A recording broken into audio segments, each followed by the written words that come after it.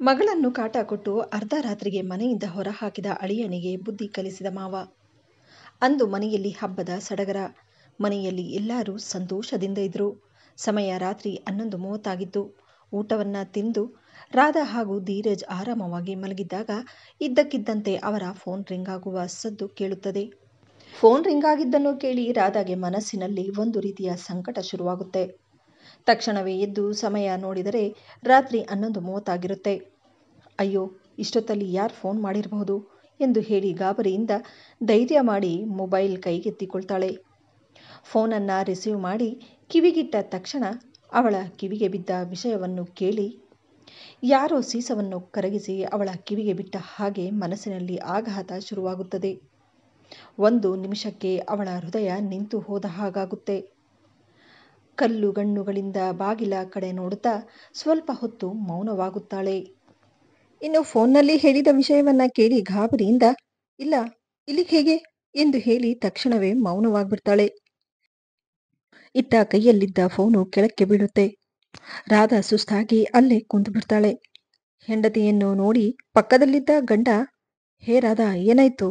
ಯಾರು ಏನ್ ಹೇಳಿದ್ರು? ಯಾರು ಫೋನ್ನಲ್ಲಿ ಮಾತಾಡಿದ್ದು ಎಂದು ಗಂಡ ಪ್ರಶ್ನಿಸಿದಾಗ ಆಗ ರಾಧಾ ಹೇಳುತ್ತಾಳೆ, ಸಂಜಯ್ನ ಫೋನ್ ರೀ ಎಂದು ಹೆಂಡತಿ ಹೇಳಿದ್ದನ್ನು ಕೇಳಿ ತನ್ನ ಅಳಿಯನ ಹೆಸರು ಕೇಳಿದ ತಕ್ಷಣ ಅವನ ಹೆಸರಿನಿಂದಲೇ ಅಸಹ್ಯ ಪಡುತ್ತಾ ಕಟುಕವಾದ ಧ್ವನಿಯಲ್ಲಿ ರಾಧಾ ಗಂಡ ಹೇಳುತ್ತಾನೆ, ಏನ್ ಹೇಳಿದ ಆ ನಾಚಿಕೆಗೇಡು ಎಂದಾಗ ಹೆಂಡತಿ ಹೇಳುತ್ತಾಳೆ, ನಮ್ಮ ಮಗಳು ಎಂದು ಹೇಳಿ ಅಳಲು ಶುರು ಮಾಡಿದ್ದನ್ನು ನೋಡಿ ಏನಾಯ್ತು ಸಿಂಚುಗೆ ಎಂದು ಹೇಳಿ ತಂದೆ ಆತಂಕದಿಂದ ಸ್ವರದಲ್ಲಿ ಹೇಳಿದಾಗ ಅದಕ್ಕೆ ತಾಯಿ ಹೇಳುತ್ತಾರೆ, ನನಗೆ ಗೊತ್ತಿಲ್ಲ ರೀ, ಅವಳು ಸಂಜೆಯಿಂದ ಕಾಣೆಯಾಗಿದ್ದಾಳಂತೆ, ಮನೆಯಲ್ಲಿ ಇಲ್ವಂತೆ, ಅವಳ ಜೊತೆ ಚಿಕ್ಕ ಮಗು ಬೇರೆ ಇದೆ, ಎಲ್ಲಿಗೆ ಹೋಗಿದ್ದಾಳೋ ಗೊತ್ತಿಲ್ಲ, ತುಂಬಾ ಹೊತ್ತಿನಿಂದ ಅವಳನ್ನ ಹುಡುಕ್ತಿದ್ದಾರಂತೆ, ಇಲ್ಲಿಗೇನಾದ್ರೂ ಬಂದಿದ್ದಾಳೋ ಏನೋ ಅಂತ ಹೇಳಿ ಕೇಳೋಣ ಅಂತ ಇಲ್ಲಿಗೆ ಫೋನ್ ಮಾಡಿರೋದು ಎಂದು ಹೇಳುತ್ತಾ ತುಂಬಾ ಆತಂಕದಿಂದ, ಅಯ್ಯೋ ದೇವ್ರೆ, ನನ್ನ ಮಗಳು ಎಲ್ಲಿಗೆ ಹೋಗಿದ್ದಾಳೋ, ಯಾವ ಸ್ಥಿತಿಯಲ್ಲಿದ್ದಾಳೋ ಏನೋ ಗೊತ್ತಿಲ್ಲ, ಎಷ್ಟೋ ಸಲ ನಾನು ನಿಮ್ಮ ಹತ್ರ ಹೇಳ್ದೆ, ನಮ್ಮ ಮಗಳು ತುಂಬಾ ನೊಂದ್ಕೊಂಡಿದ್ದಾಳೆ ರೀ ಅಂತ ಹೇಳಿ, ಆ ಮನೆಯವರು ಅವಳನ್ನ ತುಂಬಾ ಚಿತ್ರಹಿಂಸೆ ಕೊಡ್ತಿದ್ದಾರೆ, ಇನ್ನು ಅವಳನ್ನ ಅಲ್ಲಿ ಬಿಡೋದು ಬೇಡ, ಕರ್ಕೊಂಡು ಬಂದ್ಬಿಡೋಣ ಅಂತ ಎಷ್ಟು ಹೇಳಿದ್ರು ನೀವು ಮಾತ್ರ ನನ್ನ ಮಾತು ಕೇಳ್ತಾನೆ ಇರಲಿಲ್ಲ. ಈಗ ನೋಡಿ, ಅವರ ದೌರ್ಜನ್ಯದಿಂದ ಅವಳ ಮನಸ್ಸು ನೊಂದು ಇಂಥ ಕೆಲಸ ಮಾಡಿದ್ದಾಳೆ ಅನ್ಸುತ್ತೆ, ಮನೆ ಬಿಟ್ಟು ಹೋಗೋ ಹಾಗಾಗಿದೆ, ಯಾವಾಗ ಫೋನ್ ಮಾಡಿದ್ರೂ ದುಃಖದಿಂದನೇ ಮಾತಾಡ್ತಿದ್ಲು, ಕೆಲವೊಂದು ಸಲ ಕಣ್ಣೀರು ಕೂಡ ಹಾಕ್ತಿದ್ಲು ಎಂದು ಹೇಳಿ ತಾಯಿ ಗದ್ಗದರಾಗಿ ಮಾತನಾಡುತ್ತಿರುವುದನ್ನು ಕಂಡು ಗಂಡ ಹೇಳುತ್ತಾನೆ, ಏನೂ ಆಗಿಲ್ಲ ಅವಳಿಗೆ, ಸುಮ್ಮನಿರು, ಅಳ್ಬೇಡ, ಅಂಥದ್ದೇನೂ ಆಗಿರಲ್ಲ ಎಂದು ಗಂಡ ಹೇಳಿದ್ದನ್ನು ಕೇಳಿ ಹೆಂಡತಿ ಹೇಳುತ್ತಾಳೆ, ಇದ್ದಕ್ಕಿದ್ದಂತೆ ರೀ, ಅವಳು ಗಾಬರಿಯಿಂದ ಅವಳ ಮನೆಯ ಹತ್ತಿರದಲ್ಲೇ ಕಾಲುವೆ ಇದೆ, ಹಾಗೇನಾದ್ರೂ ದುಃಖದಿಂದ ಕಾಲುವೆಯಲ್ಲಿ ಏನಾದ್ರೂ ಬಿದ್ಬಿಟ್ಟಿದ್ದಾಳ? ಅವಳು ಹೇಳಿದ ಮಾತನ್ನು ಕೇಳಿ ಗಂಡ ಹೇಳುತ್ತಾನೆ, ಅಯ್ಯೋ ದೇವ್ರೆ, ಬಿಡ್ತು ಅಂತ ಹೇಳು, ಮನಸ್ಸಿಗೆ ಬಂದ ಹಾಗೆಲ್ಲ ಮಾತಾಡಬೇಡ, ನಮ್ಮ ಮಗಳಿಗೆ ಏನೂ ಆಗಿರಲ್ಲ, ನೀನು ಸ್ವಲ್ಪ ಧೈರ್ಯದಿಂದ ಇರು, ಅವಳ ಮನಸ್ಸಿಗೆ ಹಗುರ ಆಗುತ್ತೆ ಅಂತ ಹೇಳಿ ಎಲ್ಲಾದ್ರೂ ಅವಳ ಸ್ನೇಹಿತರ ಮನೆಗೆ ಹೋಗಿರಬಹುದು, ಗಂಡನಿಗೆ ಹೇಳಿದ್ರೆ ಅತ್ತೆ ಮನೆಯವರು ಕಳ್ಸಲ್ಲ ಅಂತ ಹೇಳಿ ಅವರಿಗೆ ತಿಳಿಸದೆ ಹೋಗಿರಬಹುದು, ಅಷ್ಟಕ್ಕೆ ಇಷ್ಟು ಭಯಪಟ್ರೆ ಹೇಗೆ ಹೇಳು ಎಂದು ಹೇಳಿ ಹೆಂಡತಿಯನ್ನು ಸಮಾಧಾನ ಮಾಡುತ್ತಾರೆ. ಆದರೆ ಎಷ್ಟಾದರೂ ತಂದೆ ಮನಸ್ಸಿನಲ್ಲಿ ಒಂದು ರೀತಿಯ ಗೊಂದಲ ಇದ್ದೇ ಇರುತ್ತೆ. ಹೆಂಡತಿಯ ಮುಂದೆ ತೋರಿಸಿಕೊಂಡರೆ ಅವಳು ಕಣ್ಣೀರು ಹಾಕೋದು ಇನ್ನೂ ಹೆಚ್ಚಾಗುತ್ತೆ ಅಂತ ಹೇಳಿ ಮನಸ್ಸನ್ನ ಗಟ್ಟಿ ಮಾಡಿಕೊಂಡು ನೋಡ್ತಾ ಇರು, ಬೆಳಗಾದ ತಕ್ಷಣ ನನ್ನ ಮಗಳು ಮತ್ತೆ ವಾಪಸ್ ಮನೆಗೆ ಹೋಗಿರ್ತಾಳೆ ಎಂದು ಗಂಡ ಹೇಳಿದ್ದನ್ನು ಕೇಳಿ ಹೆಂಡತಿ ಹೇಳ್ತಾಳೆ, ಇಲ್ಲ ರೀ, ನನ್ನ ಮಗಳು ಮತ್ತೆ ಅಲ್ಲಿಗೆ ಹೇಗೆ ಹೋಗ್ತಾಳೆ ಹೇಳಿ, ಅವಳ ಅತ್ತೆಯ ಮನೆಯಲ್ಲಿ ಅವಳನ್ನ ದಿನೇ ದಿನೇ ಚಿತ್ರಹಿಂಸೆ ಕೊಡ್ತಿದ್ರು, ಮತ್ತೆ ಏನಾದರೂ ಅವಳು ಅಲ್ಲಿಗೆ ಹೋದ್ರೆ ಕೊಲ್ಬಿಡ್ತಾರಷ್ಟೇ, ಅಯ್ಯೋ ದೇವ್ರೆ, ಇಲ್ಲಿಗಾದರೂ ಬಂದು ಬಿಡಬಾರ್ದ ಎಂದು ಹೇಳಿ ಗೊಂದಲದಿಂದ ಇಬ್ಬರು ಮಾತನಾಡುತ್ತಿರುವುದನ್ನು ಪಕ್ಕದ ರೂಮಿನಲ್ಲಿ ಮಲಗಡನೆ ಮಗಳು ಕೋಣೆಯಿಂದ ಬಂದಳು ಅವಳನ್ನ ಎಚ್ಚರಗೊಳಿಸಿದವು. ಇಷ್ಟೊತ್ತಲ್ಲಿ ಏನಾಗಿರಬಹುದು ಎಂದು ಹೇಳಿ ಮಗಳು ರೂಮಿಗೆ ಬರ್ತಾಳೆ. ಆದರೆ ತನ್ನ ತಂದೆ ತಾಯಿಯ ಸ್ಥಿತಿ ನೋಡಿ ಬೆರಗಾಗುತ್ತಾ, ಏನಾಯ್ತು ಅಮ್ಮ, ಯಾಕೆ ಇಷ್ಟೊಂದು ಗಾಬರಿಯಾಗಿದೆಯಾ ಎಂದು ಮಗಳು ಕೇಳಿದ್ದನ್ನು ನೋಡಿ ತಾಯಿ ನಿಮ್ಮ ಅಕ್ಕ ಏನಾದರೂ ನಿನಗೆ ಫೋನ್ ಮಾಡಿದ್ಲಾ? ಮಗುನ ಕರ್ಕೊಂಡು ಮನೆ ಬಿಟ್ಟು ಹೋಗಿದ್ದಾಳಂತೆ. ಎಲ್ಲಿಗೆ ಹೋಗಿದ್ದಾಳೋ ಏನೋ, ಜೊತೆಯಲ್ಲಿ ಚಿಕ್ಕ ಮಗು ಬೇರೆ ಇದೆ ಎಂದು ಕಣ್ಣೀರು ಹಾಕುತ್ತಿರುವುದನ್ನು ನೋಡಿ ಮಗಳು ಹೇಳುತ್ತಾಳೆ. ಏನು, ಅಕ್ಕ ಮನೆಯಲ್ಲಿಲ್ವಂತ? ನನಗೂ ಬೆಳಗ್ಗೆಯಿಂದ ಒಂದು ಫೋನ್ ಕೂಡ ಮಾಡಿಲ್ವಲ್ಲ ಎಂದು ಹೇಳಿ ಆಶ್ಚರ್ಯದಿಂದ ಹೇಳಿದ್ದನ್ನು ಕೇಳಿ ತಾಯಿ ಹೇಳುತ್ತಾರೆ, ಅವಳ ಸ್ನೇಹಿತರಿಗೆ ಫೋನ್ ಮಾಡಿ ಒಂದ್ಸಲ ವಿಚಾರಿಸು, ಅಲ್ಲಿಗೇನಾದರೂ ಹೋಗಿದ್ದಾಳೇನೋ ಅಂತ ಗೊತ್ತಾಗುತ್ತೆ ಎಂದು ತಾಯಿ ಹೇಳಿದ್ದನ್ನು ಕೇಳಿ ತನ್ನ ತಾಯಿಯ ಕಣ್ಣೀರು ಒರೆಸುತ್ತಾ ಮಗಳು ಹೇಳ್ತಾಳೆ, ಅಮ್ಮ, ಅಕ್ಕನಿಗೆ ಏನೂ ಆಗಿರಲ್ಲ, ನೀನು ಧೈರ್ಯದಿಂದ ಇರು. ಈಗಾಗಲೇ ಸಮಯ ತುಂಬ ಆಗೋಗಿದೆ. ಇಷ್ಟೊತ್ತಲ್ಲಿ ಯಾರಿಗೂ ಫೋನ್ ಮಾಡೋದು ಬೇಡ. ಬೆಳಗಾದ ತಕ್ಷಣ ಅಕ್ಕನ ಫ್ರೆಂಡ್ಸ್ಗೆ ಫೋನ್ ಮಾಡಿ ವಿಚಾರಿಸ್ತೀನಿ ಎಂದು ಮಗಳು ಹೇಳ್ತಾಳೆ. ಇತ್ತ ತಾಯಿಗೆ ಒಂದೊಂದು ಕ್ಷಣವೂ ಕಳೆಯೋದು ತುಂಬ ಕಷ್ಟವಾಗಿಬಿಡುತ್ತದೆ. ಎಷ್ಟಾದರೂ ತಾಯಿ, ಮಕ್ಕಳು ಕಷ್ಟದಲ್ಲಿದ್ದಾರೆ ಅಂದರೆ ಅವಳ ಮನಸ್ಸಿಗೂ ಕಷ್ಟವಾಗುತ್ತದೆ. ಕಣ್ಣೀರಿನಿಂದ ನೀರು ಜಲಪಾತದಂತೆ ಹರಿಯುತ್ತಿತ್ತು. ಮಕ್ಕಳೇ ಇಲ್ಲದೆ ಇದ್ದರಾದಾಗೆ ಮದುವೆಯಾದ 3 ವರ್ಷಕ್ಕೆ ಎಷ್ಟೋ ಹರಕೆಗಳ ನಂತರ ಸಿಂಚು ಹುಟ್ಟುತ್ತಾಳೆ. ನೋಡಲು ಗೊಂಬೆ ಆಗಿರ್ತಾಳೆ. ಅವಳ ಸೌಂದರ್ಯವನ್ನು ನೋಡಿ ಹೊಗಳದೆ ಇರುವವರೇ ಇಲ್ಲ. ಮತ್ತೆ 3 ವರ್ಷಗಳ ನಂತರ ಚಿಕ್ಕ ಮಗಳು ಜನಿಸುತ್ತಾಳೆ. ಹೆಣ್ಣು ಮಕ್ಕಳಿಬ್ಬರು ತಂದೆ ತಾಯಿಯ 2 ಕಣ್ಣುಗಳಿದ್ದಂತೆ. ಒಂದು ಕ್ಷಣವೂ ಅವರಿಬ್ಬರು ಕಣ್ಮರೆಯಾದರೂ ತಾಯಿಗೆ ನೆಮ್ಮದಿ ಇರ್ತಿರ್ಲಿಲ್ಲ. ಅಷ್ಟೊಂದು ಪ್ರೀತಿಯಿಂದ ಮಕ್ಕಳನ್ನ ಸಾಕಿದ್ರು. ಇನ್ನು ಆ ಇಬ್ಬರು ಹೆಣ್ಣು ಮಕ್ಕಳು ಮನೆಯ ವರಾಂಡದಲ್ಲಿ ಆಟವಾಡುತ್ತಿದ್ರು. 1-2 ನಿಮಿಷದ ನಂತರ ತಾಯಿ ಮಾಡುತ್ತಿದ್ದ ಕೆಲಸವನ್ನ ಬಿಟ್ಟು ಮನೆಯಿಂದ ಹೊರಬಂದು ಅಲ್ಲಿಯೇ ಇದ್ದು ಮಕ್ಕಳನ್ನ ನೋಡ್ಕೊಳ್ತಿದ್ರು. ಕ್ರಮೇಣ ಇಬ್ಬರು ಹೆಣ್ಣು ಮಕ್ಕಳು ಬೆಳೆದು ನಿಂತಿದ್ರು. ಓದು ಬರಹದಲ್ಲಿ ಇಬ್ಬರು ತುಂಬ ಬುದ್ಧಿವಂತರಾಗಿದ್ರು. ಆದರೆ ದೊಡ್ಡ ಮಗಳಿಗೆ ಮನೆ ಕೆಲಸಕ್ಕಿಂತ ಓದುವುದರಲ್ಲಿ ಹೆಚ್ಚು ಆಸಕ್ತಿ ಇತ್ತು. ಮಗಳು ಕಾಲೇಜಿಗೆ ಪ್ರವೇಶ ಪಡೆದಾಗ ತಾಯಿ ತಮ್ಮ ಮಗಳಿಗೆ ಓದಿನ ಜೊತೆಗೆ ಉತ್ತಮ ಗೃಹಿಣಿ ಹಾಗೂ ತರಬೇತಿನ ಕೂಡ ಹೇಳಿಕೊಡ್ತಿದ್ರು. ಅವಳ ತಾಯಿ ಅವಳನ್ನು ಅಡುಗೆ ಮನೆಗೆ ಕರೆದುಕೊಂಡು ಹೋದಾಗ ಅವಳ ಚಂಚಲ ಮನಸ್ಸು ಇನ್ನೇನೋ ಕನಸು ಕಾಣಲು ಪ್ರಾರಂಭಿಸುತ್ತದೆ. ಅವಳು ಯಾವಾಗಲೂ ತನ್ನ ತಾಯಿಯ ಬಳಿಗೆ ಇದನ್ನೆಲ್ಲ ಹೇಳುತ್ತಿದ್ಲು. ಅಮ್ಮ, ಒಂದು ಹೆಣ್ಣು ಬರೀ ಮನೆ ಕೆಲಸಕ್ಕೆ ಸೀಮಿತ ಆಗಿರಬೇಕಾ? ಯಾಕೆ, ನಾನು ಅಪ್ಪನ ಥರ ದೊಡ್ಡ ಕೆಲಸಕ್ಕೆ ಹೋಗೋ ಕನಸು ನನಗೂ ಇದೆ. ನಾನು ನನ್ನ ಓದನ್ನು ಉಪಯೋಗಿಸಿಕೊಳ್ಳಬೇಕು. ನನ್ನದು ಕೂಡ ಒಂದು ಕನಸಿದೆ ಎಂದು ಮಗಳು ಹೇಳಿದ್ದನ್ನು ಕೇಳಿ ತಾಯಿ ಹೇಳುತ್ತಾರೆ, ನೋಡು ಮಗಳೇ, ಹೆಣ್ಣಿಗೆ ಓದು ಎಷ್ಟು ಮುಖ್ಯನೋ ಮನೆ ನಿಭಾಯಿಸೋದು ಕೂಡ ಅಷ್ಟೇ ಮುಖ್ಯ. ನನಗೆ ಗೊತ್ತು, ನನ್ನ ಇಬ್ಬರು ಮಕ್ಕಳು ತುಂಬ ಬುದ್ಧಿವಂತರು. ನೋಡು, ನಿನ್ನ ಓದು ಯಾವತ್ತೂ ವ್ಯರ್ಥ ಆಗೋದಿಲ್ಲ. ನಾಳೆ ದಿನ ನಿನಗೆ ಏನಾದರೂ ಕಷ್ಟ ಬಂದಿದೆ ಅಂತಂದರೆ ಆ ಓದನ್ನು ನೀನು ಉಪಯೋಗಿಸ್ಕೊಳ್ಬಹುದು ಎಂದು ಹೇಳಿ ಮಗಳನ್ನು ತಾಯಿ ಸಮಾಧಾನದ ಮಾತನಾಡುತ್ತಾರೆ. ಇತ್ತ ಮಗಳು ಕೂಡ ತಾಯಿಯ ಮಾತಿಗೆ ತಲೆ ಬಗ್ಗಿಸಿ ಓದಿನ ಜೊತೆಗೆ ಮನೆ ಕೆಲಸದಲ್ಲೂ ಕೈ ಜೋಡಿಸ್ತಾಳೆ. 1 ನಿಮಿಷ ಮಕ್ಕಳು ಕಾಲೇಜಿನಿಂದ ತಡವಾಗಿ ಬಂದರೂ ತನ್ನ ತಾಯಿಯ ಮನಸ್ಸು ಒಡೆದುಕೊಳ್ಳುತ್ತಿತ್ತು. ಮೊದಲೇ ಕಾಲ ಸರಿಯಿಲ್ಲ. ಮಕ್ಕಳಿಗೆ ಏನಾದರೂ ಹೆಚ್ಚು ಕಮ್ಮಿಯಾದರೆ ಏನು ಮಾಡಬೇಕು ಅನ್ನೋ ಭಯ ಅವರ ಮನಸ್ಸಿನಲ್ಲಿ ಕಾಡುತ್ತಿತ್ತು.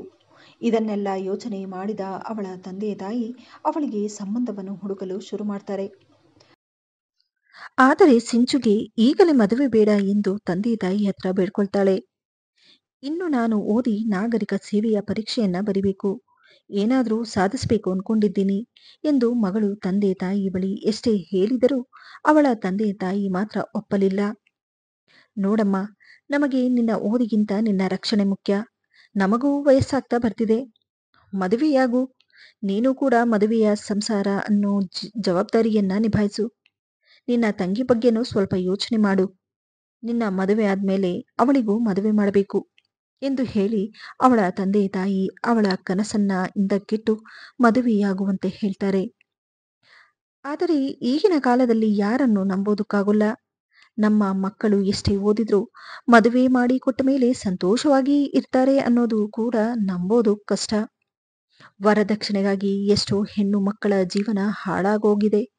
ನನ್ನ ಮಕ್ಕಳ ಜೀವನದಲ್ಲಿ ಇಂತಹ ದುರಂತ ನಡೆದೇ ಇದ್ರೆ ತುಂಬಾ ಒಳ್ಳೆಯದು ಎಂದು ಯೋಚಿಸುತ್ತಾ ಇಬ್ಬರು ಮಾತನಾಡಿಕೊಂಡು ಸುಮ್ಮನಾಗ್ತಾರೆ. ಆದರೆ ಅಂತಿಮವಾಗಿ ಬ್ರೋಕರ್ ಕಡೆಯಿಂದ ಒಂದು ಸಂಬಂಧ ಬರುತ್ತೆ. ಒಬ್ಬ ಮಧ್ಯವರ್ತಿ. ಅವರಿಂದ ವರದಕ್ಷಿಣೆಗೆ ಯಾವುದೇ ಬೇಡಿಕೆ ಇಲ್ಲ. ಹುಡುಗ ಕೂಡ ನೋಡಲು ಸುಂದರವಾಗಿದ್ದ. ಹುಡುಗಿಯನ್ನು ನೋಡಲು ಬಂದ ತಂದೆ ತಾಯಿ ವರದಕ್ಷಿಣೆಯ ಬಗ್ಗೆ ನಾವು ನಂಬೋದಿಲ್ಲ. ಮದುವೆನ ಸ್ವಲ್ಪ ಅದ್ಧೂರಿಯಾಗಿ ಮಾಡಿದ್ರೆ ಸಾಕು. ಕೊಡಲೇಬೇಕು ಅಂತ ಏನಾದ್ರೂ ಇದ್ರೆ ನಿಮ್ಮ ಮಗಳಿಗೆ ಏನಾದ್ರೂ ಕೊಡಬಹುದು ಎಂದು ಹೇಳಿದ್ದನ್ನು ಕೇಳಿ ಹುಡುಗಿಯ ತಂದೆ ತಾಯಿ ಕೂಡ ಮದುವೆಗೆ ಒಪ್ಪಿಗೆ ಕೊಡ್ತಾರೆ. ಯಾವುದೇ ನಿಶ್ಚಿತಾರ್ಥ ಮಾಡಿಕೊಳ್ಳದೆ ನೇರವಾಗಿ ಹುಡುಗಿಯನ್ನು ನೋಡಿದ 2 ತಿಂಗಳಿಗೆ ಮದುವೆಯ ಡೇಟ್ ಫಿಕ್ಸ್ ಮಾಡ್ತಾರೆ. ಆದರೆ ಮದುವೆಗೆ 4 ದಿನ ಇದೆ ಅಂದಾಗ ಹುಡುಗನ ತಂದೆ ಹುಡುಗಿಯ ತಂದೆಗೆ ಫೋನ್ ಮಾಡ್ತಾರೆ. ನೋಡಿ, ಮದುವೆಗೆ ಇನ್ನು 3-4 ದಿನ ಇರೋದು. ಎಲ್ಲ ವ್ಯವಸ್ಥೆನ ಸ್ವಲ್ಪ ಚೆನ್ನಾಗಿ ಮಾಡಿ. ಇನ್ನು ನಮಗೆ ಇರೋ ಸಂಬಂಧಗಳೆಲ್ಲ ಒಳ್ಳೆ ಶ್ರೀಮಂತರ ಸಂಬಂಧಗಳೇ. ಕನಿಷ್ಠ ಪಕ್ಷ ಊಟದಲ್ಲಿ ಹೆಚ್ಚು ವೆರೈಟಿ ಇದ್ರೆ ತುಂಬಾ ಒಳ್ಳೆಯದು. ಇದನ್ನು ಕೇಳಿದ ಹುಡುಗಿಯ ತಂದೆಗೆ ಆಶ್ಚರ್ಯವಾಗುತ್ತದೆ. ಆದರೆ ಹುಡುಗನಿಗಾಗಿ ಒಂದೇ ಒಂದು ಬೇಡಿಕೆ ಇಡ್ತಾರೆ. ನೋಡಿ, ಮದುವೆಯಾದ ಮೇಲೆ ಮಗಳು ಅಳಿಯ ನಿಮ್ಮನೆಗೆ ಬರೋದಕ್ಕೆ ಒಂದು ಗಾಡಿ ಇದ್ರೆ ತುಂಬಾ ಒಳ್ಳೆಯದು. ಅಂದ್ಹಾಗೆ ಗಾಡಿ ಯಾವುದು ಕೊಡ್ತಿದ್ದೀರಾ? ಜೊತೆಗೆ ನಮ್ಮ ಕೆಲವು ಸಂಬಂಧಿಕರಿಗೆ ಒಳ್ಳೆ ಬ್ರ್ಯಾಂಡ್ ಬಟ್ಟೆನ ಕೊಡಬೇಕು. ಇದನ್ನ ಸ್ವಲ್ಪ ಗಮನದಲ್ಲಿಟ್ಕೊಳ್ಳಿ. ಯಾಕಂದ್ರೆ ಇದು ನಮ್ಮ ಮರ್ಯಾದೆ ಪ್ರಶ್ನೆ ಎಂದು ಹುಡುಗನ ತಂದೆ ಹೇಳಿದ್ದನ್ನು ಕೇಳಿದ ತಕ್ಷಣವೇ ಗಾಬರಿಯಿಂದ ಅವರ ಬಳಿ ಹೇಳ್ತಾರೆ. ಆದ್ರೆ ಮಾತುಕತೆಯ ಸಮಯದಲ್ಲಿ ಇದನ್ನೆಲ್ಲ ನಾವು ಮಾತಾಡ್ಲಿಲ್ಲ. ಇದನ್ನೆಲ್ಲ ಕೊಡ್ತೀವಿ ಅಂತಾನು ನಾವು ಹೇಳಿಲ್ಲ.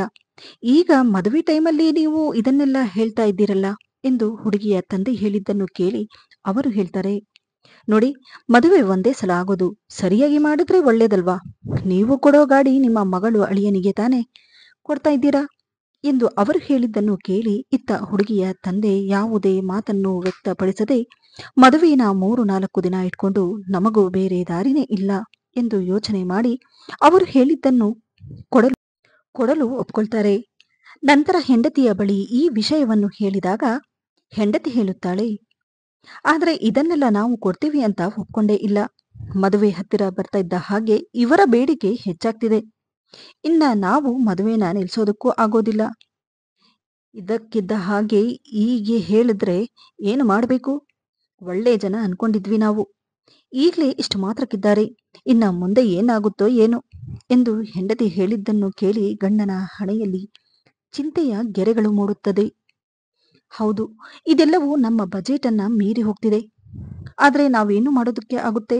ಮದುವೆ ಬೇರೆ ಇನ್ನ 3 ದಿನ ಇದೆ. ಮದುವೆಗೆ ಎಲ್ಲ ಸಿದ್ಧತೆಗಳು ನಡೆದಿವೆ. ಈಗ ನಾವು ಹಿಂತಿರುಗಲು ಸಾಧ್ಯವೇ ಇಲ್ಲ. ಇದನ್ನೆಲ್ಲ ಮಕ್ಕಳ ಹತ್ರ ಏನು ಹೇಳಕ್ ಹೋಗ್ಬೇಡ. ನಾನು ಏನಾದ್ರೂ ಯೋಚನೆ ಮಾಡ್ತೀನಿ ಎಂದು ಹೇಳಿ ಸಾಲ ಮಾಡಿ ಅವರ ಬೇಡಿಕೆಯ ಪ್ರಕಾರನೇ ಸಡಗರ ಸಂಭ್ರಮದಿಂದ ಮದುವೆ ಕೂಡ ಮಾಡ್ತಾರೆ. ಇತ್ತ ಮದುವೆಯಾದ ಸಿಂಚುಗೆ ತನ್ನ ಅತ್ತೆ ಮನೆಯಲ್ಲಿ ತುಂಬಾ ಸಡಗರ ಸಂಭ್ರಮದಿಂದ ಸ್ವಾಗತಿಸಲಾಯಿತು. ಮತ್ತೊಂದೆಡೆ ಸಿಂಚು ತಂದೆ ತಾಯಿ ಕೂಡ ತಮ್ಮ ಮಗಳು ಒಳ್ಳೆ ಕುಟುಂಬಕ್ಕೆ ಸೇರಿದಾಳೆ ಅನ್ನೋ ಭರವಸೆಯಿಂದ ಸಂತೋಷ ಪಡ್ತಿದ್ರು. ಮದುವೆಯಾದ ನಂತರ ಮೊದಲ ಬಾರಿಗೆ ತಂದೆ ತಾಯಿಯನ್ನು ಭೇಟಿಯಾಗಲು ಹೋದ ಸಿಂಚುವಿನ ಮುಖದಲ್ಲಿ ಸಂತೋಷವನ್ನು ನೋಡಿ ಅವಳ ತಂದೆ ತಾಯಿಗೆ ಇದ್ದ ಚಿಂತೆ ಎಲ್ಲ ಮರೆಯಾಗುತ್ತದೆ. ಆದರೆ ಈ ಸಂತೋಷ ಹೆಚ್ಚು ದಿನ ಇರೋದಿಲ್ಲ. ಕೇವಲ 4 ತಿಂಗಳಲ್ಲೇ ಮಗಳ ನಡವಳಿಕೆಯಲ್ಲಿ ಬದಲಾವಣೆಗಳು ಬರಲು ಶುರುವಾಗುತ್ತೆ.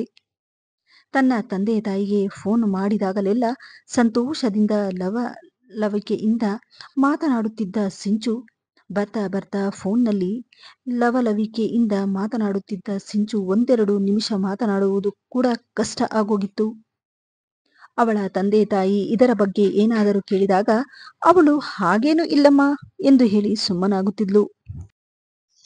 ಹೀಗೆ ಒಂದು ದಿನ ಸಿಂಚುಗೆ ಹುಷಾರಿಲ್ಲ ಅನ್ನೋ ಕಾರಣಕ್ಕೆ ತಂಗಿ ಅಕ್ಕನಿಗೆ ಫೋನ್ ಮಾಡಿ ಆರೋಗ್ಯ ವಿಚಾರಿಸಲು ಪ್ರಯತ್ನ ಪಡ್ತಾಳೆ.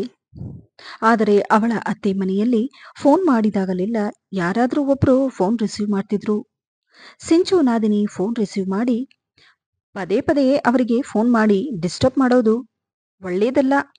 ಹೊಸದಾಗಿ ಮದುವೆಯಾಗಿರೋದು, ಅವರಿಗೆ ಸ್ವಲ್ಪ ಫ್ರೀಡಂ ಬೇಕಲ್ವಾ ಎಂದು ಹೇಳಿ ಫೋನನ್ನ ಕಟ್ ಮಾಡ್ತಾಳೆ. ಇನ್ನು ಇದೇ ವಿಷಯವನ್ನು ಸಿಂಚು ತಂಗಿ ತನ್ನ ತಂದೆ ತಾಯಿಯ ಬಳಿ ಹೇಳ್ತಾಳೆ.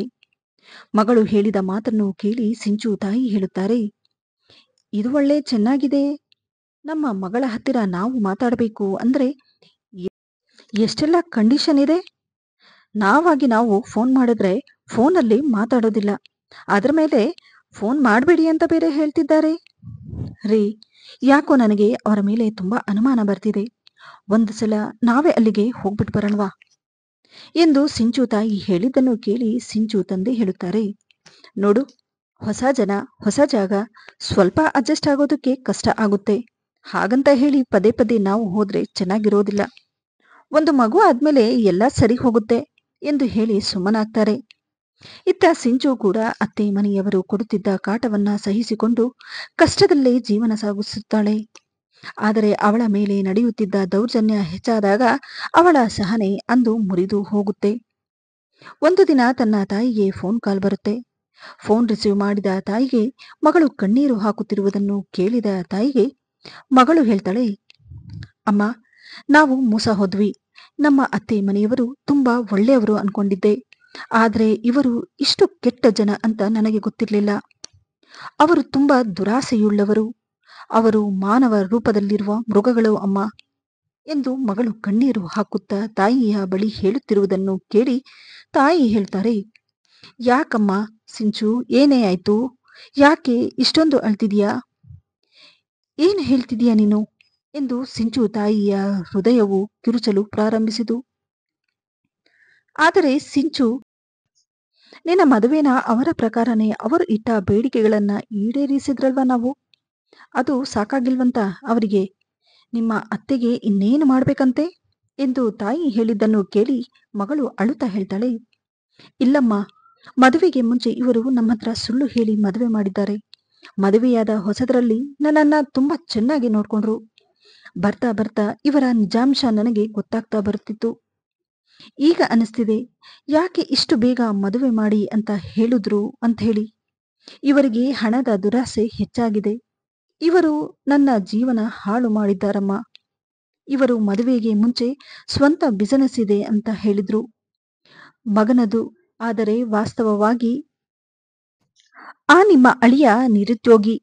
ಈ ಸತ್ಯ ಎಲ್ಲಿ ಹೊರಗೆ ಬರುತ್ತೋ ಅನ್ನೋ ಕಾರಣಕ್ಕೆ ಬೇಗ ಮದುವೆ ಮಾಡಿ ಅಂತ ಹೇಳಿದ್ರು. ಒಂದು ದಿನ ನನ್ನ ಅತ್ತೆ ನನ್ನ ಬಳಿಗೆ ಬಂದು, ನನ್ನ ಮಗ ಹೊಸ ಬಿಸಿನೆಸ್ ಸ್ಟಾರ್ಟ್ ಮಾಡ್ತಿದ್ದಾನೆ, ಅದಕ್ಕಾಗಿ ಸ್ವಲ್ಪ ದುಡ್ಡು ಬೇಕು. ನಮಗೆ ಸಾಲ ಅಂತ ಹೇಳಿ ಒಂದು 3-4 ಲಕ್ಷ ನಿಮ್ ತಂದೆ ಬಳಿ ಕೇಳು. ನೋಡು, ನಿನ್ನ ತಂದೆ ತಾಯಿಯ ಮನೆಗೆ ಹೋಗಿ ಹಣ ತಗೊಂಡ್ ಬಾ ಅಂತ ಹೇಳಿ ಟಾರ್ಚರ್ ಕೊಡ್ತಿದ್ದಾರೆ.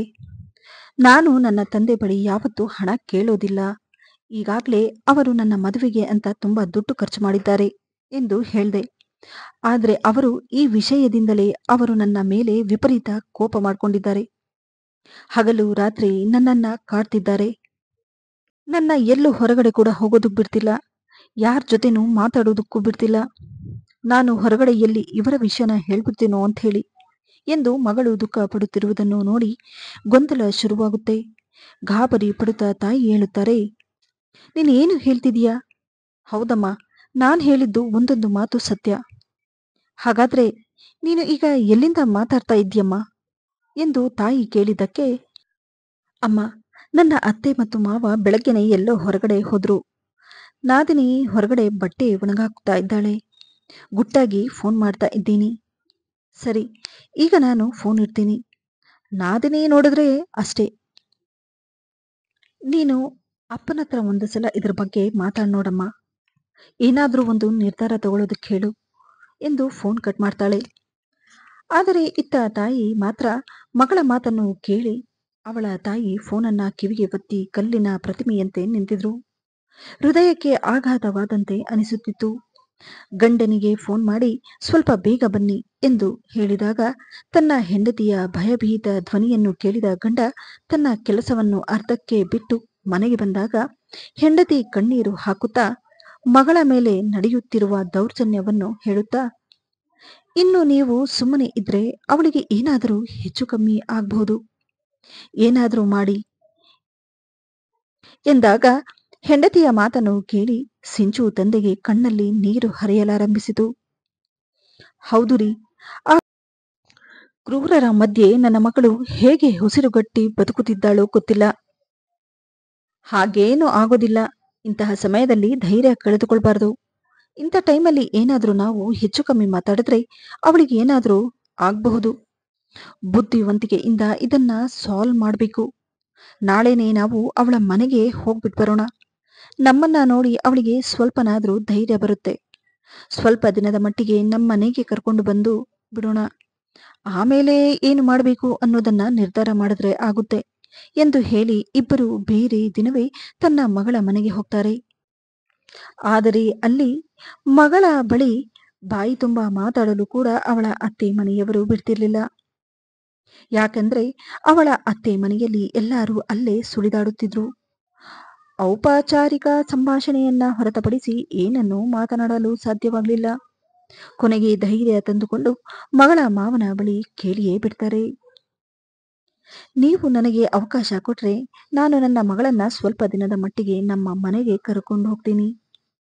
ಮನೆಗೆ ಬಂದು ತುಂಬಾ ದಿನ ಆಯ್ತು ಎಂದು ಸಿಂಚು ತಂದೆ ಹೇಳಿದ್ದನ್ನು ಕೇಳಿ ಅವಳ ಮಾವ ಮೊಂಡು ಮಾತುಗಳಿಂದ ಬರೋವರ ಒಂದು ಮದುವೆ ಇದೆ, ನಮಗೆ ಅಲ್ಲಿಗೆ ಹೋಗೋದಿದೆ ಎಂದು ಹೇಳಿ, ಇಲ್ಲ, ಇನ್ನೊಂದು ಸಲ ಬಂದ್ರೆ ಕರ್ಕೊಂಡು ಹೋಗಿ ಎಂದು ಹೇಳಿ ಆಗೋದಿಲ್ಲ ಎಂದು ಸುಮ್ಮನಾಗ್ತಾರೆ. ಆದರೆ ಅಲ್ಲಿ ನಡೆದ ವಿಷಯದಿಂದ ಅವರಿಗೆ ಅವಮಾನ ಆದಂತೆ ಅನಿಸುತ್ತಿತ್ತು. ಏನು ಹೇಳೋ ಪರಿಸ್ಥಿತಿ ಅವರದಾಗಿರ್ಲಿಲ್ಲ. ಇರ್ಲಿ, ಮತ್ತೆ ಬರೋ ವಾರ ಬಂದು ಮಗಳನ್ನ ಕರ್ಕೊಂಡು ಹೋಗೋಣ ಎಂದು ಮನಸ್ಸಲ್ಲೇ ಹೇಳ್ಕೊಂಡು ಅಸಹಾಯಕರಾಗಿ ಭಾರವಾದ ಹೃದಯದಿಂದ ತಮ್ಮ ಮಗಳ ಮನೆಯಿಂದ ಹೊರಡ್ತಾರೆ. ಅಂತಹ ಅಸಡ್ಡೆ ಮತ್ತು ಅವಮಾನಕರವಾದ ವಾತಾವರಣದಲ್ಲಿ ಸ್ವಲ್ಪ ಹೊತ್ತು ಕಳೆಯೋದು ಕೂಡ ಅವರಿಗೆ ಕಷ್ಟವಾಗಿತ್ತು. ಎಷ್ಟಾದರೂ ತಂದೆ ತಾಯಿ, ಅಂತಹದರಲ್ಲಿ ಅವರ ಮಗಳು ದಿನವಿಡೀ ಅದೇ ಪರಿಸ್ಥಿತಿನ ಎದುರಿಸಿಕೊಂಡು ಹೇಗಿರ್ತಾಳೋ ಎಂದು ಯೋಚಿಸುತ್ತಾ ಹೃದಯ ಗೋಳಾಡುತ್ತಿತ್ತು. ಆದರೆ ಇತ್ತ ಸಿಂಚು ತಾಯಿಗೆ ಸಮಾಧಾನ ಮಾಡುತ್ತಾ ಅವಳ ತಂದೆ ಹೇಳುತ್ತಾರೆ, ಭಯಪಡಬೇಡ, ಇನ್ನೊಂದೆಂಟು 10 ದಿನದಲ್ಲಿ ನನ್ನ ಸ್ನೇಹಿತನ ಮದುವೆ ಇದೆ. ಅದೇ ನೆಪವನ್ನ ಇಟ್ಕೊಂಡು ಹೋಗಿ ಅವಳನ್ನ ಕರ್ಕೊಂಡು ಬರೋಣ. ಸ್ವಲ್ಪ ದಿನದ ಮಟ್ಟಿಗೆ ನಮ್ಮ ಮನೆಯಲ್ಲಿದ್ದರೆ ಎಲ್ಲ ಸರಿ ಹೋಗುತ್ತೆ ಎಂದು ಹೆಂಡತಿಯನ್ನು ಸಮಾಧಾನ ಮಾಡ್ತಾರೆ. ಆದರೆ ಎಷ್ಟೋ ಸಲ ಫೋನ್ ಮಾಡಿ ಮತ್ತೆ ಅವಳ ಮನೆಗೆ ಹೋಗಿ ಸಿಂಚು ತಂದೆಯ ಫ್ರೆಂಡ್ ಮದುವೆಗೆ ಕರೆದ ಮೇಲೆ ಕೇವಲ ಮದುವೆಗೆ ಮಾತ್ರ ಗಂಡನ ಜೊತೆ ಮದುವೆಗೆಂದು ಬರ್ತಾಳೆ. ಆದರೆ ಎಷ್ಟೇ ಪ್ರಯತ್ನ ಪಟ್ಟರೂ ಅವಳ ತಂದೆ ತಾಯಿ ಮಾತ್ರ ಅಳಿಯನ ಮುಂದೆ ಮಗಳೊಂದಿಗೆ ಮಾತನಾಡಲು ಸಾಧ್ಯವಾಗಲಿಲ್ಲ. ಇತ್ತ ಸಿಂಚು ಗಂಡ 5 ನಿಮಿಷದ ಮಟ್ಟಿಗೆ ವಾಶ್ರೂಮ್ಗೆ ಹೋದಾಗ ಸಿಂಚು ತಂದೆ ತಾಯಿ ಅವಳ ಜೊತೆ ಮಾತನಾಡಲು ಅವಕಾಶ ಸಿಗುತ್ತೆ. ಮಗಳನ್ನು ನೋಡಿ ದುಃಖ ಪಡುತ್ತಾ ತನ್ನ ಮಗಳು ಹಾಕಿದ ಬಟ್ಟೆಗಳನ್ನ ನೋಡಿ ಅವಳ ತಂಗಿ ಹೇಳುತ್ತಾಳೆ, ಇದೇನಕ್ಕ, ಮದುವೆಯಲ್ಲಿ ನಾವು ಅಷ್ಟು ದುಬಾರಿಯಾದ ಬಟ್ಟೆಗಳನ್ನ ಕೊಟ್ವಿ, ಆದರೆ ನೀನು ಇಂಥ ಬಟ್ಟೆಗಳು ಹಾಕ್ಕೊಂಡು ಬಂದಿದೀಯಾ, ಅಟ್ಲೀಸ್ಟ್ ಒಡವೆನಾದರೂ ಹಾಕ್ಕೊಂಡು ಬರೋದಲ್ವಾ ಎಂದು ತಂಗಿ ಪ್ರಶ್ನಿಸಿದಾಗ ಅವಳ ಅಕ್ಕ ಕಣ್ಣೀರು ಹಾಕುತ್ತಾ ಹೇಳುತ್ತಾಳೆ, ಏನಂತ ಹೇಳಬೇಕು, ನನ್ನ ಒಡವೆ ಎಲ್ಲ ಮಾರ್ಬಿಟ್ಟಿದ್ದಾರೆ. ಮನೆ ಕೆಲಸದಿಂದ ನನಗೆ ಬಿಡುವು ಸಿಕ್ಕಿದ್ರೆ ತಾನೇ ನಾನು ಒಳ್ಳೆ ಬಟ್ಟೆನ ಹಾಕ್ಕೊಂಡು ಬರೋದಕ್ಕಾಗುತ್ತೆ. ಊಟ ಮಾಡೋದಕ್ಕೂ ನನಗೆ ಬಿಡುವು ಕೊಡೋದೇ ಕೆಲಸ ಕೊಡ್ತಾರೆ. ನಾನೇನಾದರೂ ಒಳ್ಳೆ ಬಟ್ಟೆ ಹಾಕ್ಕೊಂಡ್ರೆ ನನ್ನ ಮೇಲೆ ಅನುಮಾನ ಪಡ್ತಾರೆ. ಇದನ್ನು ಕೇಳಿದ ತಾಯಿ ದುಃಖದಿಂದ ಕಣ್ಣೀರು ಹಾಕುತ್ತಾ, ಅಯ್ಯೋ ದೇವ್ರೇ, ನನ್ನ ಮಗಳನ್ನ ಎಷ್ಟು ಮುದ್ದಾಗಿ ಸಾಕಿ ಮದುವೆ ಮಾಡಿಕೊಟ್ರಿ, ಒಂದೊಂದು ನಿಮಿಷನೂ ಕಣ್ಣೀರಿನಿಂದ ಕೈ ತೊಳೆಯೋ ಹಾಗಾಗೋಯ್ತಲ್ಲ ಎನ್ನುವಷ್ಟರಲ್ಲಿ ವಾಶ್ರೂಮಿಗೆಂದು ಹೋಗಿದ್ದ ಅಳಿಯ ಅಲ್ಲಿಗೆ ಬರ್ತಾನೆ. ಇತ್ತ ಅಳಿಯನ ಬಳಿ ಸಿಂಚು ತಂದೆ ಅವಳನ್ನು ಇಲ್ಲೇ ಬಿಟ್ಟು ಹೋಗುವಂತೆ ಕೇಳಿಕೊಂಡರೂ ಅವರು ಕೇಳಲಿಲ್ಲ. ಇಲ್ಲ ಮಾವ, ಅಪ್ಪ ಅಮ್ಮನಿಗೆ ಕೇಳದೆ ಈ ರೀತಿ ನಾನು ಬಿಟ್ಟು ಹೋಗೋದಕ್ಕಾಗಲ್ಲ ಎಂದು ಮುಖಕ್ಕೆ ಒಡೆದ ಹಾಗೆ ಹೇಳಿ ಅದೇ ದಿನ ತನ್ನ ಹೆಂಡತಿಯನ್ನು ಕರೆದುಕೊಂಡು ಹೋಗ್ಬಿಡ್ತಾನೆ. ಇತ್ತ ಸಿಂಚುಗೆ ತನ್ನ ಅತ್ತೆ ಮನೆಯಲ್ಲಿ ಅವಳ ಮೇಲೆ ದಿನೇ ದಿನೇ ನಡೆಯುತ್ತಿದ್ದ ದೌರ್ಜನ್ಯ ಹೆಚ್ಚಾಗುತ್ತದೆ. ಇನ್ನು ಅಡುಗೆಯಲ್ಲಿ ಸ್ವಲ್ಪ ತಡವಾದರೂ ಗಂಡ ಸಹಿಸಿಕೊಳ್ತಾ ಇರಲಿಲ್ಲ. ಕೈಗೆ ಸಿಕ್ಕ ವಸ್ತುಗಳಿಂದ ಅವಳ ಮೇಲೆ ಹಲ್ಲೆ ಮಾಡುತ್ತಿದ್ದ. ಪ್ರತಿದಿನ ಅವಳ ಅತ್ತೆ ತನ್ನ ಮಗನಿಗೆ 2ನೇ ಮದುವೆ ಮಾಡ್ತೀನಿ ಅನ್ನೋ ಬೆದರಿಕೆ ಹಾಕಲು ಪ್ರಾರಂಭಿಸುತ್ತಾಳೆ. ನೋಡು, ನೀನು ಈ ಮನೆಯಲ್ಲಿ ಇರಬೇಕು ಅನ್ನೋದಾದ್ರೆ ನಿಮ್ಮ ತಂದೆಗೆ ಹೇಳಿ ದುಡ್ಡನ್ನ ಹೊಂದಿಸು ಎಂದಾಗ ಅದಕ್ಕೆ ಸೊಸೆ ಹೇಳುತ್ತಾಳೆ, ನೋಡಿ ಅತ್ತೆ, ಇದೇ ವಿಷಯಕ್ಕೆ ನಾನು ಎಷ್ಟೋ ಸಲ ಹೇಳಿದ್ದೇನೆ, ನನ್ನ ತಂದೆ ತಾಯಿ ಹತ್ರ ದುಡ್ಡಿಲ್ಲ, ಮಾತಿಗೂ ಹೋಗಿ ದುಡ್ಡು ತಗೊಂಡು ಬಾ ಅಂತ ಅಂದ್ರೆ ಎಲ್ಲಿಂದ ತರೋದು? ನಮ್ಮ ತಂದೆ ಏನು ದುಡ್ಡಿನ ಮರ ಹಾಕಿದ್ದಾರಾ? ನಿಮಗೂ ಮಗಳಿದ್ದಾಳೆ, ಅವಳಿಗೆ ಮದುವೆ ಮಾಡಿದ್ಮೇಲೆ ಅವಳ ಅತ್ತೆ ಮನೆಯವರು ದುಡ್ಡು ತಗೊಂಡು ಬಾ ಅಂತ ಪೀಡಿಸಿದ್ರೆ ನೀವು ದುಡ್ಡು ಕೊಡ್ತೀರಾ ಎಂದು ಅತ್ತೆ ಹಾಗೂ ಗಂಡನ ಮುಂದೆ ಹೇಳಿದ್ದನ್ನು ನೋಡಿ ಕೋಪದಿಂದ ಗಂಡ ಅವಳ ಕೆನ್ನೆಗೆ ಬಲವಾಗಿ ಬಾರಿಸಿದ. ನಿನಗೆಷ್ಟು ಧೈರ್ಯ ಅಮ್ಮನ ಜೊತೆ ಜಗಳವಾಡಲು? ಗಂಡ ಹೊಡೆದ ಏಟಿಗೆ ಹೆಂಡತಿ ಅಲ್ಲಿ ಕೆಳಕ್ಕೆ ಬಿದ್ದು ಬಿಡ್ತಾಳೆ. ಆದರೂ ಕನಿಕರ ಇಲ್ಲದೆ ಅವಳ ಅತ್ತೆ ಹೇಳುತ್ತಾರೆ, ನಮ್ಮ ಮುಖ ಏನು ನೋಡ್ತಾ ಇದ್ದೀಯಾ, ಹೋಗಿ ಕಾಫಿ ಮಾಡ್ಕೊಂಡು ಬಾ ಎಂದಾಗ ಏನು ಹೇಳೋ ಪರಿಸ್ಥಿತಿಯಲ್ಲಿ ಅವಳಿರಲಿಲ್ಲ. ಕಣ್ಣೀರನ್ನು ಒರೆಸಿಕೊಂಡು ಸ್ವಲ್ಪ ಸಮಯದ ನಂತರ ಕಾಫಿಯನ್ನು ಮಾಡಿಕೊಂಡು ಟ್ರೈನೊಂದಿಗೆ ರೂಮಿನ ಹತ್ತಿರ ಬರಲು ಪ್ರಾರಂಭಿಸಿದಾಗ ಅವಳ ಕಿವಿಗೆ ಕೇಳಿದ್ದು ಗಂಡ ಅತ್ತೆಯ ಕೆಲವು ಮಾತು. ಸ್ವಲ್ಪ ಹೊತ್ತು ಎಲ್ಲವನ್ನೂ ಕೇಳಿಸಿಕೊಂಡು ರೂಮಿನ ಹತ್ತಿರವೇ ನಿಂತಿರ್ತಾಳೆ. ಇನ್ನು ಒಳಗಿನಿಂದ, ಈ ಸಲ ಒಪ್ಪಿದ್ರೆ ಪರವಾಗಿಲ್ಲ, ಇಲ್ಲದಿದ್ರೆ ಅವಳಿಗೆ ಒಂದು ಗತಿ ಕಾಣಿಸಿ ಒಳ್ಳೆ ಕಡೆ ಶ್ರೀಮಂತರ ಮನೆ ಸಂಬಂಧ ನೋಡಿ ನಿನಗೆ ಒಂದು ಮದುವೆ ಮಾಡಬೇಕಷ್ಟೇ ಎಂದು ರೂಮಿನ ಒಳಗಡೆ ಮಾತನಾಡಿಕೊಳ್ಳುತ್ತಿದ್ದನ್ನು ಕೇಳಿಸಿಕೊಂಡು ಸೊಸೆಗೆ ಕಾಲಿನ ಕೆಳಗೆ ನೆಲ ಜಾರಿದ ಹಾಗಾಗುತ್ತೆ. ಅವರು ಆಡುತ್ತಿದ್ದ ಮಾತುಗಳನ್ನು ಕೇಳಿಸಿಕೊಂಡು ಮನಸ್ಸಿನಲ್ಲಿ ಭಯ ಹೆಚ್ಚಾಗುತ್ತೆ. ಆದರೂ ಹೇಗೋ ಸಹಿಸಿಕೊಂಡು ಒಳಗೆ ಬಂದು ಎಲ್ಲರಿಗೂ ಕಾಫಿ ಕೊಡ್ತಾಳೆ. ಆದರೆ ಅವರು ಆಡುತ್ತಿದ್ದ ಮಾತುಗಳನ್ನು ಕೇಳಿ, ಇನ್ನು ನಾನು ಇಲ್ಲೇ ಇದ್ರೆ ನನ್ನನ್ನು ಜೀವಂತವಾಗಿ ಇರೋದಕ್ಕೆ ಬಿಡೋಲ್ಲ, ಸಾಕಪ್ಪ ಸಾಕು, ನಾನು ಅನುಭವಿಸಿದ ಕಷ್ಟ ಸಾಕು, ಜೀವ ಒಂದಿದ್ರೆ ನಾನು ಏನು ಬೇಕಾದರೂ ಸಾಧಿಸಬಹುದು ಎಂದು ಹೇಳಿ ಧೈರ್ಯ ಮಾಡಿ ಅವಳ ಮಗುವನ್ನು ಕರೆದುಕೊಂಡು ಮನೆಯಲ್ಲಿ ಎಲ್ಲರೂ ಮಲಗಿರುವ ಸಮಯವನ್ನು ನೋಡಿ ಅಲ್ಲಿಂದ ಪಾರಾಗ್ತಾಳೆ. ಇತ್ತ ಅವಳ ತಂದೆ ಮನೆಯಲ್ಲಿ ಮಗಳು ಮನೆ ಬಿಟ್ಟು ಹೋಗಿರುವ ವಿಷಯವನ್ನು ಯೋಚಿಸುತ್ತಾ ಬೆಳಗಾಗುತ್ತೆ. ಮುಂದೆ ಏನು ಮಾಡಬೇಕೆಂದು ಸಿಂಚು ತಂದೆ ತನ್ನ ಸ್ನೇಹಿತನಿಂದ ಸಲಹೆ ಪಡೆಯಲು ಹೊರಡುತ್ತಾರೆ. ಇನ್ನೊಂದು ಕಡೆ ಸಿಂಚು ತಾಯಿಯ ಹೃದಯವು ಕಿರುಚಲು ಪ್ರಾರಂಭಿಸಿತು.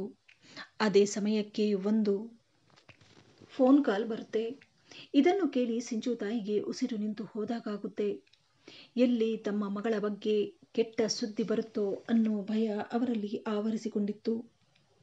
ಆಗ ತಡ ಮಾಡದೆ ಸಿಂಚು ತಂಗಿ ಒಳಗೆಯಿಂದ ಓಡಿ ಬಂದು ಫೋನ್ ಎತ್ತಿಕೊಂಡು ನಡುಗುವ ದನಿಯಲ್ಲಿ ಹೇಳುತ್ತಾಳೆ, ಹಲೋ ಎಂದು.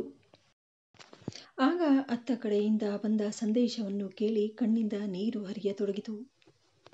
ತಕ್ಷಣ ಫೋನನ್ನು ಕಟ್ ಮಾಡಿ ನಂತರ ಅವಳು ತನ್ನ ಹಣೆಯನ್ನು ಹಿಡಿದು ಜೋರಾಗಿ ಅಳುತ್ತಿದ್ಲು. ಅಷ್ಟೊತ್ತಿಗಾಗಲೇ ಸಿಂಚು ತಂದೆ ಕೂಡ ಮನೆಗೆ ಬರ್ತಾರೆ. ತಂದೆ ತಾಯಿ ಇಬ್ಬರು ಅವಳು ಅಳುತ್ತಿರುವುದನ್ನು ನೋಡಿ, ಅದು ಯಾರ ಫೋನು, ಯಾರು ಮಾಡಿದ್ದು, ಯಾಕೆ, ಏನಾಯ್ತು, ಇಷ್ಟೊಂದು ಅಳ್ತಿದೆಯಾ ಎಂದಾಗ ಆಗ ಅವಳು ತನ್ನ ತಾಯಿಯನ್ನು ತಪ್ಪಿಕೊಂಡು ಅಳಲು ತೋಡಿಕೊಳ್ಳುತ್ತಾ ಅವಳು ಹೇಳುತ್ತಾಳೆ, ಅಮ್ಮ, ದೇವರು ತುಂಬ ದೊಡ್ಡವನು, ಅಕ್ಕನಿಗೆ ಏನೂ ಆಗಿಲ್ಲ, ಅಕ್ಕ ಚೆನ್ನಾಗೇ ಇದ್ದಾಳೆ ಎಂದ ತಕ್ಷಣ, ಏನು ನಿಜ ಹೇಳ್ತಿದೀಯಾ, ಎಲ್ಲಿದ್ದಾಳಂತೆ ಈಗ ಎಂದು ಹೇಳಿ ಅವರ ಮುಖದಲ್ಲಿ ಕಳೆದುಕೊಂಡಿದ್ದ ನಗು ಮತ್ತೆ ಮರಳಿ ಬರುತ್ತೆ. ಹೌದು ಅಮ್ಮ, ನಿನ್ನೆ ಸಂಜೆ ಅವರ ಸ್ನೇಹಿತರ ಮನೆಗೆ ಹೋಗಿದ್ದಾಳಂತೆ ಎಂದು ಹೇಳಿದೆ ತಕ್ಷಣ ಸಿಂಚು ತಂದೆ ಅಲ್ಲಿಗೆ ಹೋಗಲು ಅಲ್ಲಿಯ ಅಡ್ರೆಸ್ ಅನ್ನು ತೆಗೆದುಕೊಂಡು ಹೊರಡಲು ನಿಂತಾಗ, ನೀವು ಎಲ್ಲಿಗೆ ಹೋಗ್ತಿದ್ದೀರಿ ಎಂದು ಹೆಂಡತಿ ಪ್ರಶ್ನಿಸಿದಾಗ, ನನ್ನ ಮಗಳನ್ನು ಕರ್ಕೊಂಡು ಬರೋದಕ್ಕೆ ಹೋಗ್ತಿದ್ದೀನಿ, ನಾವು ಮಾಡಿರೋ ತಪ್ಪನ್ನ ಸರಿಪಡಿಸೋದಕ್ಕೆ ಆ ದೇವರು ನಮಗೆ ಒಂದು ಅವಕಾಶ ಕೊಟ್ಟಿದ್ದಾನೆ, ಇಷ್ಟೆಲ್ಲ ಆದ್ಮೇಲೂ ಇನ್ನು ನಾವು ಸುಮ್ಮನೆ ಕೂತ್ಕೊಂಡಿದ್ರೆ ಆಗೋದಿಲ್ಲ, ಸಮಾಜ ಏನೇ ಹೇಳಿ ನನಗೆ ಅದರ ಚಿಂತೆ ಇಲ್ಲ, ನನ್ನ ಮಗಳ ಪ್ರಾಣ ನನಗೆ ಮುಖ್ಯ, ಇಷ್ಟು ದಿನದಿಂದ ಅವರು ಸರಿ ಹೋಗುತ್ತಾರೆ ಅಂತ ಹೇಳಿ ನಾನು ಸುಮ್ಮನಿದ್ದೆ, ಆದರೆ ಈಗೇನು ಮಾಡಬೇಕು ಅದನ್ನು ನಾನು ಮಾಡ್ತೀನಿ ಎಂದು ಹೇಳಿ ಮನೆಯಿಂದ ಹೊರಟು ಹೋಗ್ತಾರೆ. ತನ್ನ ಪ್ರೀತಿಯ ಮಗಳು ಹಾಗೂ ಮೊಮ್ಮಗುವಿನ ಸ್ಥಿತಿಯನ್ನು ಕಂಡು ತಂದೆ ಅವಳನ್ನು ತಬ್ಬಿಕೊಂಡು ತುಂಬ ಅಳುತ್ತಾರೆ. ಸಾಕಮ್ಮ, ನಾವು ಅಲ್ಲಿಗೆ ಮದುವೆ ಮಾಡಿ ತುಂಬ ದೊಡ್ಡ ತಪ್ಪು ಮಾಡಿಬಿಟ್ವಿ, ಇಷ್ಟೆಲ್ಲ ಆಗುತ್ತೆ ಅಂತ ಗೊತ್ತಿದ್ದಿದ್ರೆ ನಾನು ಅವರ ಮನೆಗೆ ಮದುವೆನೇ ಮಾಡಿಕೊಡ್ತಾ ಇರಲಿಲ್ಲ, ಇನ್ನು ನೀನೇನು ಭಯಪಡಬೇಡ, ನಿನ್ನ ತಂದೆ ನಾನು ಬದುಕಿದ್ದೀನಿ, ಏನು ಮಾಡಬೇಕೋ ಅದನ್ನು ಮಾಡೋಣ ಎಂದು ಹೇಳಿ ಮಗಳನ್ನು ಸಮಾಧಾನ ಮಾಡಿ ತಕ್ಷಣವೇ ಅಲ್ಲಿಂದ ಮಗಳನ್ನು ಹೋಗಿ ಅವಳ ಅತ್ತೆ ಹಾಗೂ ಗಂಡನ ವಿರುದ್ಧ ಪೊಲೀಸ್ ಸ್ಟೇಷನ್ನಲ್ಲಿ ಕಂಪ್ಲೇಂಟ್ ಕೊಟ್ಟು ತಕ್ಷಣ ಅವಳ ಅತ್ತೆ ಮನೆಯವರೆಲ್ಲ ಅಲ್ಲಿಗೆ ಬರ್ತಾರೆ. ಇತ್ತ ಸಿಂಚು ತಂದೆ, ಮತ್ತೆ ಆ ಕಟುಕರ ಮಧ್ಯೆ ನನ್ನ ಮಗಳನ್ನು ಕಳಿಸೋದಿಲ್ಲ, ನನ್ನ ಮಗಳಿಗೆ ಆದಷ್ಟು ಬೇಗ ಡೈವರ್ಸ್ ಕೊಡಿಸಿ, ಇನ್ನು ಇವರು ಮಾಡಿರೋ ಕೆಲಸಕ್ಕೆ ಇವರಿಗೆ ಶಿಕ್ಷೆ ಆಗಲಿ ಅನ್ನುವ ಮಾತನ್ನು ಮುಂದಿಟ್ಟು ಅವಳ ತಂದೆ ಅವಳನ್ನು ಮನೆಗೆ ಕರ್ಕೊಂಡು ಬರ್ತಾರೆ. ಅವಳನ್ನು ನೋಡಿದ ತಾಯಿ ಅವಳನ್ನು ತಪ್ಪಿಕೊಂಡು ಕಣ್ಣೀರು ಹಾಕ್ತಾರೆ. ಇತ್ತ ಅವಳ ತಂದೆ, ನೀನೇನು ಹೆದರಬೇಡ ಮಗಳೇ, ಅಂಥವರ ಮಧ್ಯೆ ದಿನೇ ದಿನೇ ಸಾಯೋದಕ್ಕಿಂತ ನಿನ್ನ ಕಾಲ ಮೇಲೆ ನೀನು ನಿಂತು ಏನಾದರೂ ಸಾಧಿಸು, ಮುದ್ದಿನಂತಹ ಮಗುವಿದೆ, ಆ ಮಗುನ ನಾವು ನೋಡ್ಕೊಳ್ತೀವಿ. ಮುಂದೆ ನೀನು ಓದನ್ನು ಮುಂದುವರಿಸು. ಎಷ್ಟು ಖರ್ಚಾಗುತ್ತೋ ಆಗಲಿ. ನೀನು ಕಾಣ್ತಾ ಇರೋ ಕನಸನ್ನು ಪೂರ್ತಿಗೊಳಿಸು. ಅದಕ್ಕೆ ನಾವು ಜೊತೆಯಾಗಿ ನಿಲ್ತೀವಿ. ನಿನ್ನ ಮುಂದಿನ ಪರೀಕ್ಷೆಗೆ ತಯಾರಿ ಮಾಡ್ಕೋ. ಈ ಸಮಾಜದಲ್ಲಿ ಹೆಮ್ಮೆಯಿಂದ ತಲೆ ಎತ್ತಿ ನಡೆಯುವ ನನ್ನ 2 ಹೆಣ್ಣು ಮಕ್ಕಳನ್ನು ನೋಡಬೇಕು ಎಂದು ತಂದೆ ಹೇಳಿದ್ದನ್ನು ಕೇಳಿ 2 ಹೆಣ್ಣು ಮಕ್ಕಳು ಅವರು ತಬ್ಬಿಕೊಂಡರು. ಕೊನೆಗೂ ಸಿಂಚು ಕೂಡ ಗಟ್ಟಿಯಾದ ನಿರ್ಧಾರವನ್ನು ಮಾಡಿ ತನ್ನ ಗಂಡನಿಂದ ವಿಚ್ಛೇದನ ತೆಗೆದುಕೊಂಡು ತನ್ನ ಪರೀಕ್ಷೆಯ ತಯಾರಿಯಲ್ಲಿ ನಿರತಳಾಗಿದ್ದಳು. ಇನ್ನು ಕ್ಷಣಾರ್ಧದಲ್ಲಿ 3 ವರ್ಷಗಳು ಕಳೆದವು. ಅವಳ ಓದಿನ ಪ್ರಕಾರ ದೊಡ್ಡ ಆಫೀಸರ್ ಆಗಿ ಗೌರ್ಮೆಂಟ್ ಕೆಲಸ ಒಂದಕ್ಕೆ ಜಾಯ್ನ್ ಆಗ್ತಾಳೆ. ಈ ವಿಡಿಯೋದಿಂದ ನಿಮಗೇನಾದರೂ ಉಪಯೋಗವಾದಲ್ಲಿ ವಿಡಿಯೋಗೆ ಒಂದು ಲೈಕ್ ಮಾಡಿ, ಆದಷ್ಟು ವಿಡಿಯೋಸನ್ನು ಶೇರ್ ಮಾಡಿ ಹಾಗೂ ನನ್ನ ಚಾನಲನ್ನು ಸಬ್ಸ್ಕ್ರೈಬ್ ಮಾಡುವುದನ್ನು ಮರೆಯಬೇಡಿ.